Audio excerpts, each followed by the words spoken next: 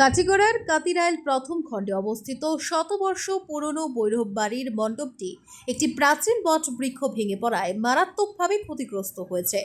মণ্ডপের ছাউনি ও কাঠামো ভেঙে পড়ায় বর্তমানে সব ধর্মীয় কর্মকাণ্ড স্থগিত রয়েছে।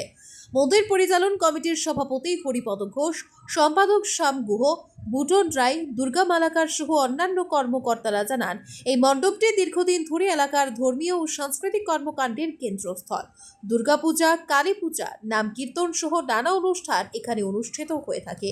তারা অভিযোগ করেন, রাজ্যের বিভিন্ন মঠ ও মন্দিরে সরকারি অনুদান প্রদান করা হলেও ভৈরববাড়ি মন্দির এখনও তা থেকে বঞ্চিত। দ্রুত সংস্কার ও পুনর্গঠনের জন্য রাজ্য সরকারের কাছে আর্থিক সহায়তার আবেদন জানানো হয়েছে।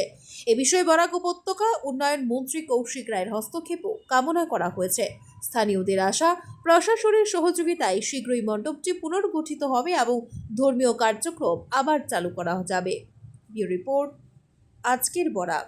BVCL presents আজকের Barak, a digital unit of Adrija Enterprise. Valley Cement. Valley strong, very strong. আপনারা আমাদের আজকের বরাক ইউটিউব সাবস্ক্রাইব এবং ফেসবুকে ফলো করতে ভুলবেন না কিন্তু। নমস্কার, আমি হরিপদ ঘোষ। আমি এই ভৈরববাড়ি কমিটির প্রেসিডেন্ট। আমার গত 3 দিন আগে রাতে 3টার সময় আমার ভৈরববাড়ির মণ্ডপটা এই গাছটা পড়িয়া ভাঙছে। এতে আমার ওই সেক্রেটারির মধ্যে আছে বা আমার অ্যাসিস্ট্যান্ট সেক্রেটারির মধ্যে আছে, তারা সহযোগিতা করিয়া আমরা এটা কেমনে আমরা সমস্যার জন্য সমাধান হইতাম এটাই আমরা মানে মন্ত্রী মহাশয়ের কাছে আমরা আবেদন, আর ওটাই আমরা মানে জেলা শাসকের কাছে চাই যে আমরা এটা যে আজকে এই দুর্ঘটনা ঘটছে বা এটা আমরা মন্দিরটি ভাঙছে এটার দিকে মানে আমরা কোনো সাহায্য পাইলে ভালোই আসলো।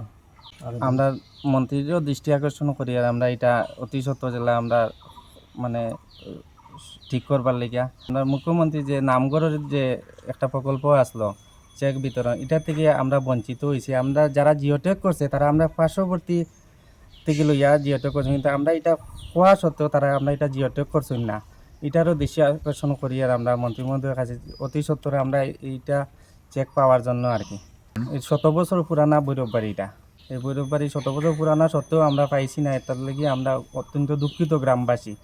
আমরা সব কাছে আবেদন জানাই আমরা এটা অতি সত্ত্ব পাওয়ার জন্য।